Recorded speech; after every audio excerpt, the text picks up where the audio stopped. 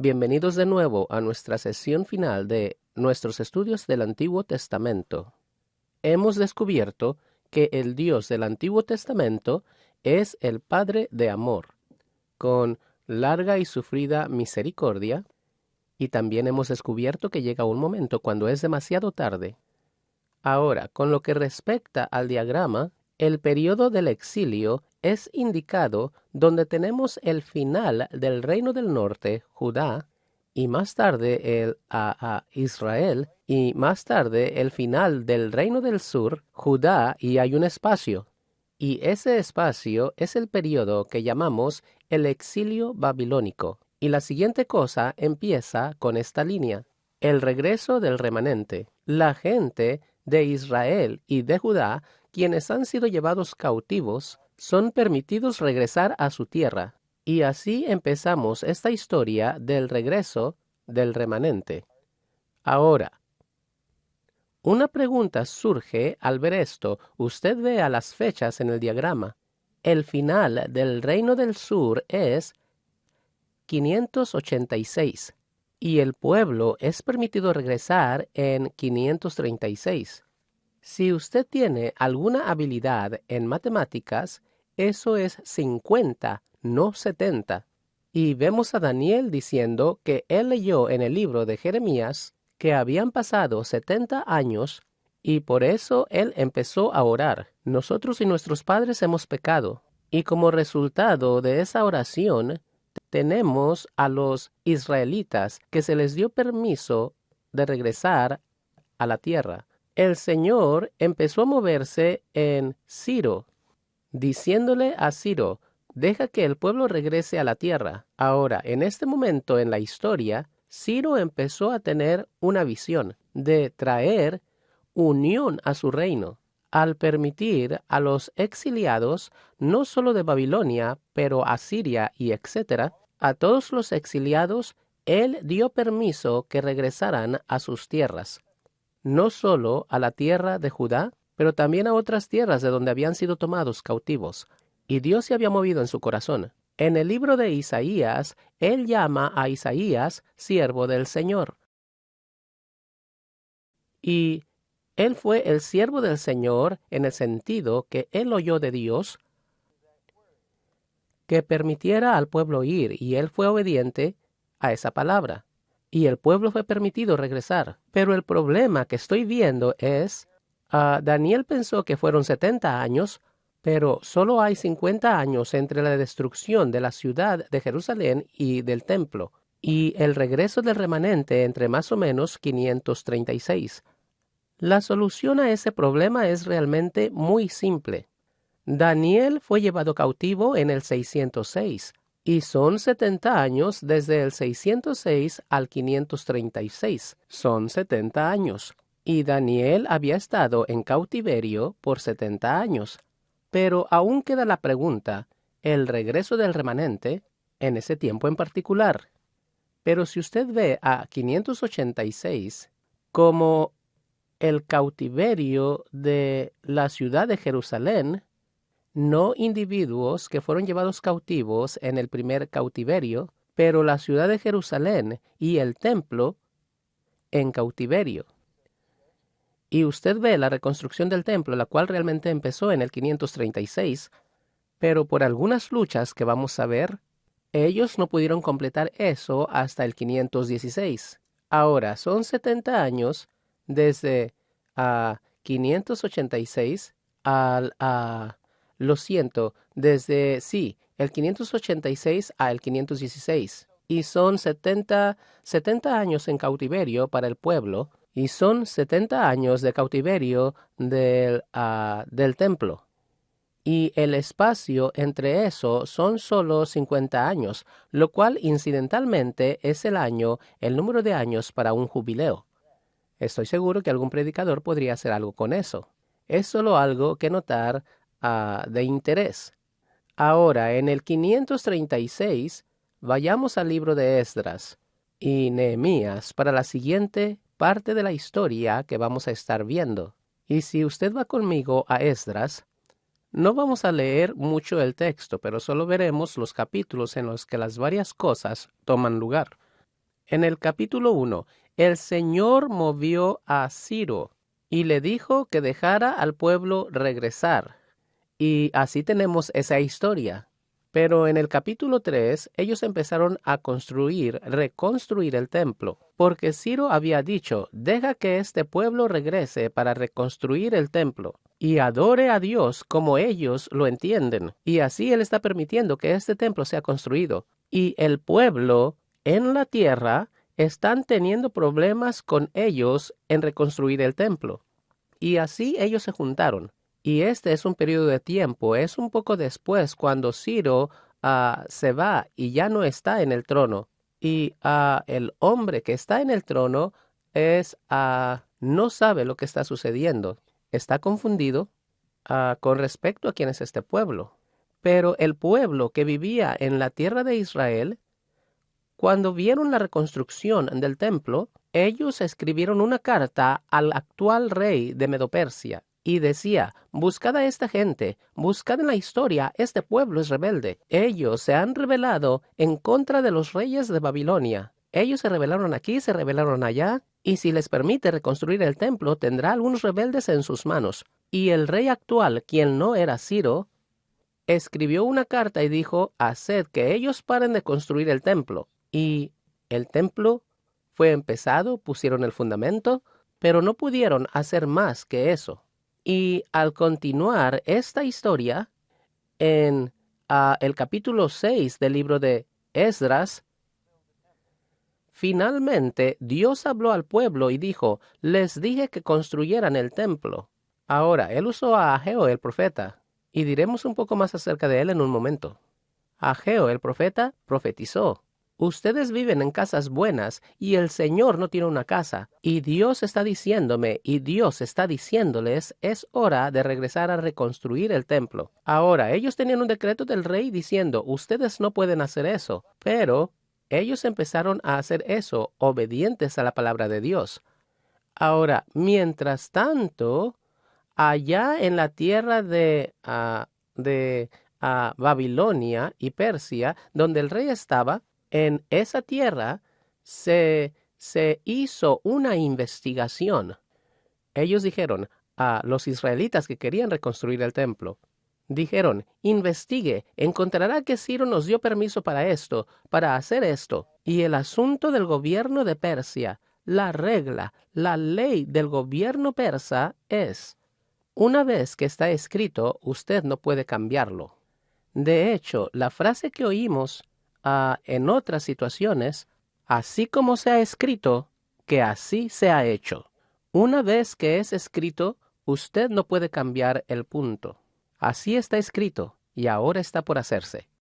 Y ellos buscaron en los archivos y encontraron que Ciro había dicho que vayan y reconstruyan el templo. Y el rey actual escribió una carta y dijo, así dice el rey, ha sido escrito, por lo tanto, tiene que hacerse, que reconstruyan. Pero él dijo, no solo dejen que lo reconstruyan, que el precio y el costo de este edificio sea sacado de la hacienda del rey. Ahora, esto es un milagro, eso fue un milagro. Pero si usted lee a Ageo, vayamos rápidamente a Ageo. Capítulo 1. En el año segundo del rey Darío. Ahora, Darío es el hombre que había tomado el lugar de Ciro y ahora él es el rey. No sabía nada de la historia, pero cuando hizo esta investigación y encontró que este documento está aquí, por lo tanto el templo puede ser construido. En ese instante, él les dio el permiso. Y en el versículo 7 así ha dicho Jehová de los ejércitos, considerad la forma, subid al monte y traed madera y reedificar la casa, etc. Y él continúa diciendo, Dios se encargará de que ustedes puedan construir esto. Ahora, leemos la misma historia en Esdras, capítulo 6. Y quiero enfocarme en el versículo 8. Pero empezaremos un poco antes. Versículo 6. Ahora pues, Tatnai, gobernador del otro lado del río, etc., en el versículo 7, dejad que se haga la obra de esa casa de Dios, que el gobernador de los judíos y sus ancianos reedifiquen esa casa, y por mí, note esto, y por mí es dada orden de lo que habéis de hacer con estos ancianos de los judíos. El costo completo debe ser pagado a estos varones, sin demora, de la hacienda del rey.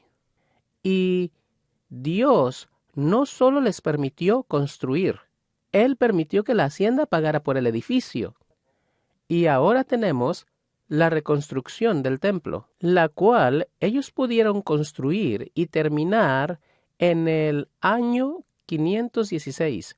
Ahora, si usted hace investigación, encontrará algunas fechas, ya sea 536 o 537 o 517. Y la razón es que los calendarios son diferentes. Y lo que podría ser 1 de enero en un calendario puede ser a un mes diferente. Y así sería en un año diferente, solo por ser calendarios diferentes. Ellos no tenían calendarios comunes. Así que no se preocupe por fechas diferentes que encuentre en alguna investigación. Porque de cualquier forma que lo haga, son 70 años desde la destrucción del templo hasta la reconstrucción del nuevo templo. Y son 70 años desde el tiempo en que Daniel fue llevado en cautiverio y el pueblo estuvo en cautiverio, hasta el tiempo que se les permitió regresar. Y ese es el punto principal que vemos aquí. La riqueza de las naciones fue puesta a disposición para proveer el dinero y los tesoros para la reconstrucción del templo. Ahora vayamos brevemente a Nehemías. Nehemías era el copero para el rey. Un copero es el hombre que trae el vino al rey. Ahora, él tiene una responsabilidad muy especial, porque cuando él trae el vino al rey, él tiene que tomar parte del vino para asegurar al rey que este vino no ha sido envenenado. Ese es su trabajo. Ese es su trabajo. Y un día, Nehemías fue ante el rey como el copero, y el rey dijo: he notado que tu rostro está triste. Ahora él está pensando: ¿bebiste algo de este vino? ¿Tienes miedo que me dé cuenta? Él estaba preocupado. Y Nehemías tuvo que decir lo que realmente lo estaba molestando. Y así él dijo: mi gente que se quedó en la tierra, a ellos, los muros de la ciudad han sido destruidos y no pueden realmente protegerse. Las paredes necesitan ser reconstruidas y mi corazón está apesadumbrado por eso. Y así el rey le dio permiso de regresar a la tierra y dirigir la reconstrucción de los muros. Ahora, al hacer él eso, los habitantes no estaban contentos con eso.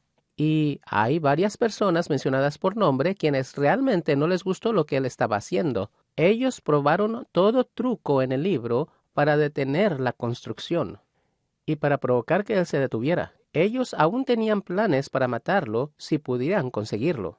Pero él era un hombre que tenía relación con Dios y por lo tanto no cayó en las trampas que ellos le tendieron. Ahora, mientras nosotros, esta es la resistencia de los líderes locales. Ahora, sus habilidades de organización son fenomenales.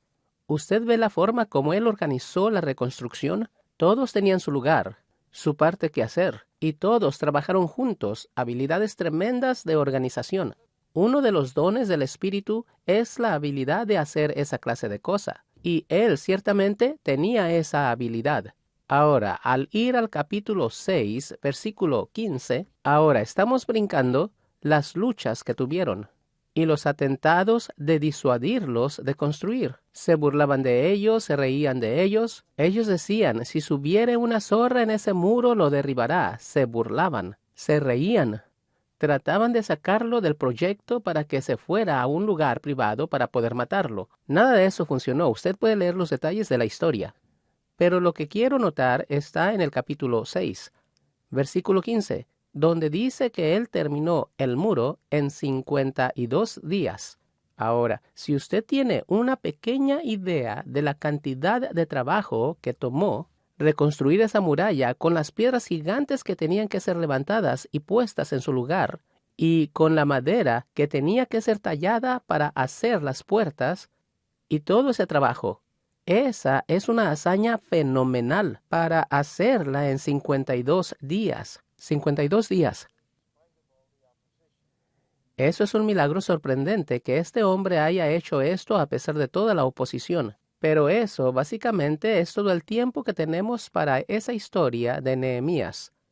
Quiero que vayamos ahora a Esther, y si usted tiene la gráfica, usted notará que ella aparece en un periodo de tiempo más tarde. Y la pregunta es el rey que estaba rigiendo en ese tiempo cuando llegó Esther. Ahora, la historia es muy simple. El rey tenía una esposa y su nombre de él en la Biblia es Asuero. Y él tenía una esposa cuyo nombre es Vasti. Y todas las mujeres están haciendo su cosa y los hombres están haciendo su cosa.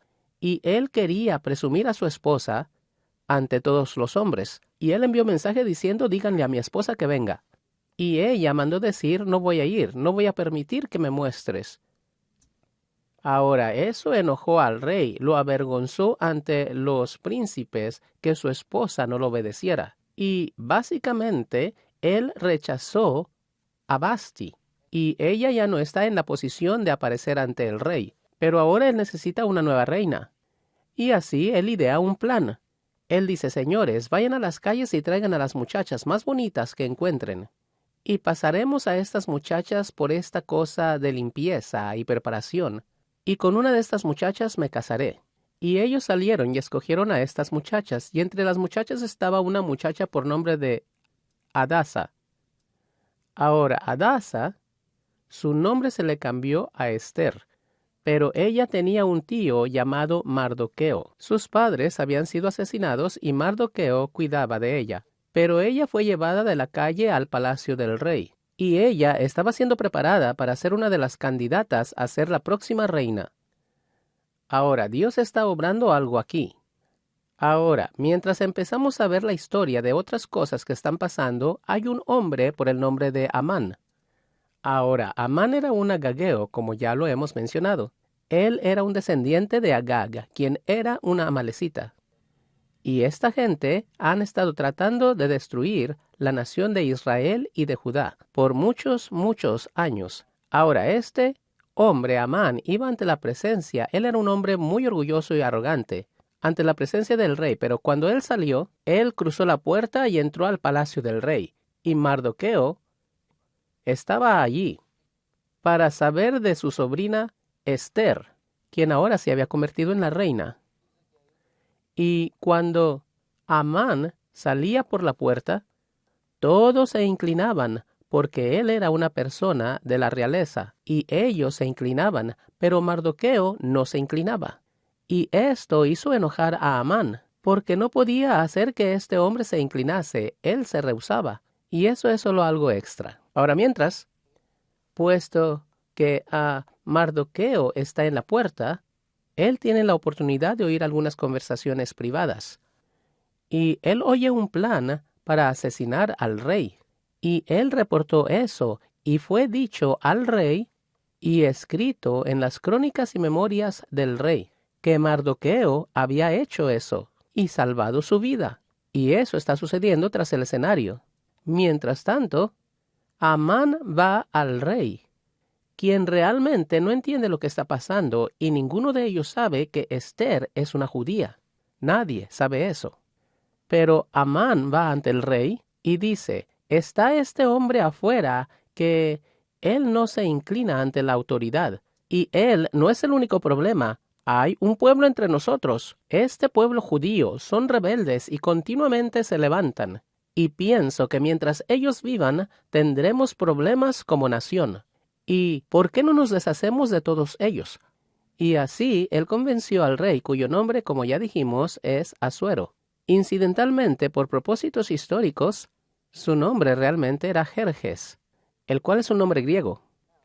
Jerjes es una palabra que el pueblo hebreo no podían pronunciar, porque ellos no tienen esos sonidos en su lenguaje. Y ellos trataban de decirlo y salieron con Asuero, algo así. Y Asuero es Jerjes ahora. Jerjes, Asuero, estuvo de acuerdo y lo redactó. Que sea escrito y que sea hecho. que todos los judíos sean asesinados en un día en particular. Y donde quiera que usted esté en el reino, si usted conoce a un judío en ese día, es su responsabilidad ante el rey matar a ese judío que usted conoce. Y este es el plan de Amán, destruir al pueblo judío. Y Amán consigue el acuerdo y se siente muy orgulloso de sí mismo y sale por la puerta y allí está Mardoqueo de nuevo. Y Mardoqueo no se arrodilla para su honor y su gloria. Y él se fue a casa y habló con su esposa. Y su esposa dijo, oye, es muy simple, construye una horca y cuelga al hombre. Y él dijo, sí, buena idea, y él la construyó. Y su plan es colgar a Mardoqueo. Mientras tanto, Mardoqueo había hablado con Esther y dijo, necesitas entrar ante el rey, porque ellos están planeando matar a todo judío. Y no va a mantenerse el secreto que tú eres judía, tú también morirás. Y ella tenía miedo de ir, pero ella decidió hacerlo. Y quién sabe si para esta hora has llegado al reino, son las palabras de Mardoqueo. Y ella fue ante el rey y dijo, yo quiero tener un tiempo en privado entre tú y yo, y quiero que invitemos a Amán. Y ellos invitaron a Amán. Amán llegó, y mientras están teniendo la reunión, bueno, dijo el rey, ¿qué es lo que tienes en mente? Y ella dijo, hay alguien que quiere matarme a mí y a todo mi pueblo. ¿Quién quiere hacer tal cosa? Y ella dijo, Amán quiere hacer eso porque yo soy judía. Ahora, Asuero la amaba y realmente le interesaba, y ahora él tiene un problema de tratar de saber cómo puede salvar a este pueblo. Ahora, hay un punto para esta historia que tiene que ver con una fiesta judía, que usted no encuentra en la primera parte del Antiguo Testamento. ¿Cómo va a hacer eso? Amán terminó siendo colgado en la misma horca que él construyó para Mardoqueo. Pero el rey tiene un problema. ¿Cómo voy a salvar la vida de esta gente? Él no puede cambiar lo que está escrito, pero él escribió algo más, que dio permiso al pueblo judío de portar armas ese día.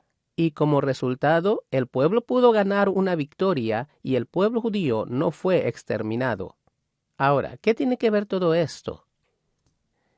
Ellos habían echado suerte, por decir, para saber qué día escoger. Y la palabra para la suerte, o el volado, o como usted quiera llamarle, la palabra para eso es pur. Y hay dos de ellas, lo cual lo hace purim, el plural. Y así ellos ahora tienen la fiesta de Purim. Y en esta fiesta ellos se regocijan y están contentos, que el Agageo está muerto y que nosotros estamos vivos. Y esa es la fiesta de los judíos. Ahora, Malaquías, el último profeta, el último de los profetas. Y al leer este libro rápidamente es interesante que ellos habían regresado totalmente a sus viejas andadas. No están respondiendo a las leyes de Dios, y así Malaquías tiene que traer una palabra negativa en contra de ellos. Y el valor de Malaquías, él es el último de los profetas escritores del Antiguo Testamento, y hay un periodo de 400 años antes de la venida de Jesucristo, y la cosa nueva que Dios quiere hacer.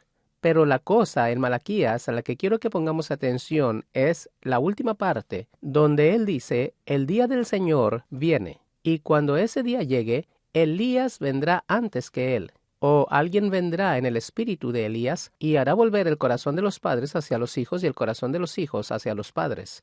Ahora, esa palabra profética, Elías viene, se vuelve un asunto entre el pueblo judío. Ellos estaban esperando a Elías, quien en su mente era como el profeta y también como el Mesías que ellos estaban esperando. Pero eso tiene que verse en un estudio de los tiempos del Nuevo Testamento. Y eso finaliza el libro de los libros de la Biblia.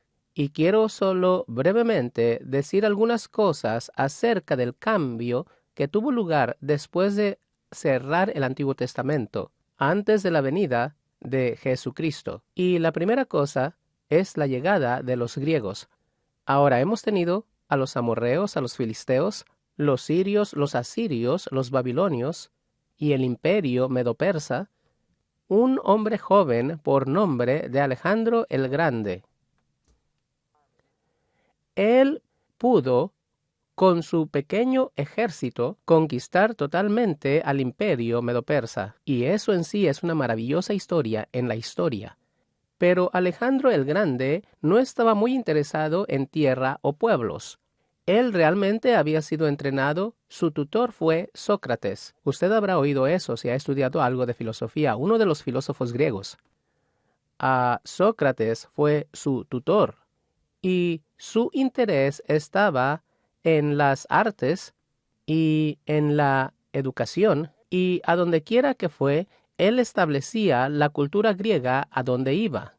Y cuando llegamos al el periodo de tiempo del Nuevo Testamento, había lo que llamaban los helenistas, y helen es la palabra griega para el griego. Los helenistas son esa gente judía que había adoptado la vida griega, y son influenciados por Alejandro el Grande. Y eso está sucediendo. Los griegos llegaron. Y Alejandro el Grande realmente tomó el reino. Pero su interés no fue tanto construir un reino, pero expandir el conocimiento y la educación. Y el lenguaje griego se convirtió en el lenguaje de todo el mundo en ese tiempo, lo cual fue muy bueno para el Evangelio del Nuevo Testamento, porque en ese tiempo había un lenguaje en común. Si usted sabía griego, a donde quiera que fuera, podría decirle a la gente el mensaje de Jesucristo, porque todos entendían y hablaban el griego. Y ahí está la preparación de Dios para la divulgación del Evangelio. Pero hay otra cosa, y esa es la llegada de los romanos. Los romanos empezaron más temprano y tienen una historia muy interesante, pero ellos empezaron a conquistar, y su asunto es el orden. Su asunto es gobernar, no educar. Y ellos tomaron al mundo, el mundo conocido en ese tiempo, pero permitieron que la cultura griega permaneciera. Y llegó un periodo de tiempo que es conocido como en el latín Pax Romana, lo que significa simplemente paz romana. Y tenemos dos cosas que nos preparan para la predicación del Evangelio a todo el mundo. Una es un lenguaje en común, y los griegos hicieron eso. Y la otra es paz en la tierra. No en el sentido que Jesús vino a traer paz, pero el hecho que usted puede viajar sin preocuparse de acerca de cruzar fronteras y encontrarse en otro lugar. Roma estaba en todas partes, y si usted estaba en Roma, o si usted era ciudadano romano, usted podría ir a donde quiera en el mundo como ciudadano romano y tener paz. Ahora, Pablo, por ejemplo, Saulo de Tarso, quien se convirtió en quien se convirtió en el apóstol para el mundo. Hubo otros que fueron apóstoles para Judá y la tierra de Israel, pero para todo el mundo básicamente fue Pablo. Y él hablaba griego y él era un ciudadano romano. Y esta paz romana le dio la oportunidad de viajar a todas partes. Él podría subirse a un barco que iba de Cesarea a Roma. Él podría subirse a ese barco y básicamente viajar gratis a Roma, porque él era un ciudadano romano. Y él podría viajar a través de las naciones.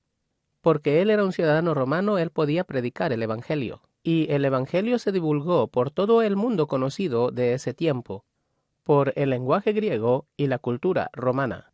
Pero brevemente, observe esto. La iniquidad de los amorreos fue completada, y Dios los destruyó. La iniquidad de los filisteos, los sirios, los asirios, los babilonios, los medo-persas, y el tiempo llegó para que la cultura griega básicamente se convirtiera en nada. Ellos nunca fueron destruidos, ellos aún son influyentes aún en nuestra cultura hoy, si usted es parte del mundo occidental. Pero entonces los romanos llegaron, y la nación romana creció. Y llegó un tiempo cuando la nación romana, como poder mundial, llegó a su fin, porque su iniquidad había sido muy fuerte en contra de Dios, y ellos también tuvieron que ser destruidos. La iniquidad de los amorreos aún no está terminada, pero en el tiempo que sea terminada, usted podrá ver que viene la destrucción. Y podemos ver a través de la historia del Antiguo Testamento y aún en el Nuevo Testamento y después del tiempo del Nuevo Testamento este principio.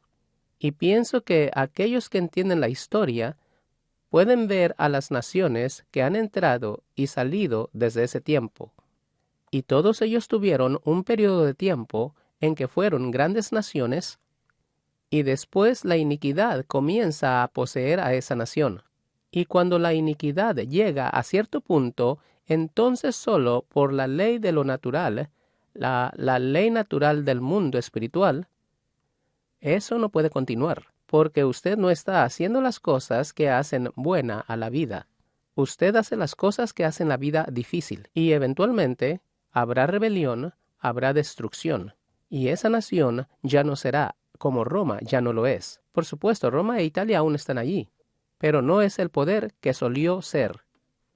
En ciertos círculos podría ser considerada eso, pero usted ve el principio, y usted solo vea a su nación, cualquier nación en la que viva. ¿Cómo están las cosas? ¿Está la iniquidad en su nación en ese punto en que Dios quiere traerla a su fin, o está Dios diciéndole a usted y a su pueblo: es tiempo que prediquemos el Evangelio y cambiemos la naturaleza de la cultura en que vivimos? Eso es lo que Pablo hizo. Él vio que el tiempo estaba en su punto. Cuando se cumplió el tiempo. Esa es una frase que usa Pablo. A su debido tiempo, Dios envió a su Hijo, y el tiempo ha llegado de predicar el Evangelio, y la nación en la que vive podría estar en ese tiempo, cuando si el Evangelio no es predicado pronto, será demasiado tarde. Y mi desafío para usted es: salga y toque a aquellos que le han tocado, vaya y toque a su ambiente, y empiece a proclamar el mensaje del reino de Dios, y el mensaje de Jesucristo, el Salvador del mundo, para que su nación pueda ser salva de nuevo. Oremos. Padre Dios, oro para que usted use estas enseñanzas y estos principios para mover el corazón de su pueblo, y tomen en serio la comisión que nos ha dado, para que avancemos en la predicación del reino de Dios, para que la cultura en la que vivimos pueda ser cambiada, y quizá aún la nación que está a punto de ser destruida pueda ser salvada por un periodo de tiempo, así como a Nínive se le dio años extras porque ellos oyeron el Evangelio, y ellos se arrepintieron y respondieron. Pedimos por los ministros para que reciban el poder de Dios, la unción, y se muevan por la palabra de Dios, por el Espíritu de Dios, y cambien el ministerio a la administración de los gobiernos del cual ellos son parte. Pedimos eso en el nombre de Jesús. Amén.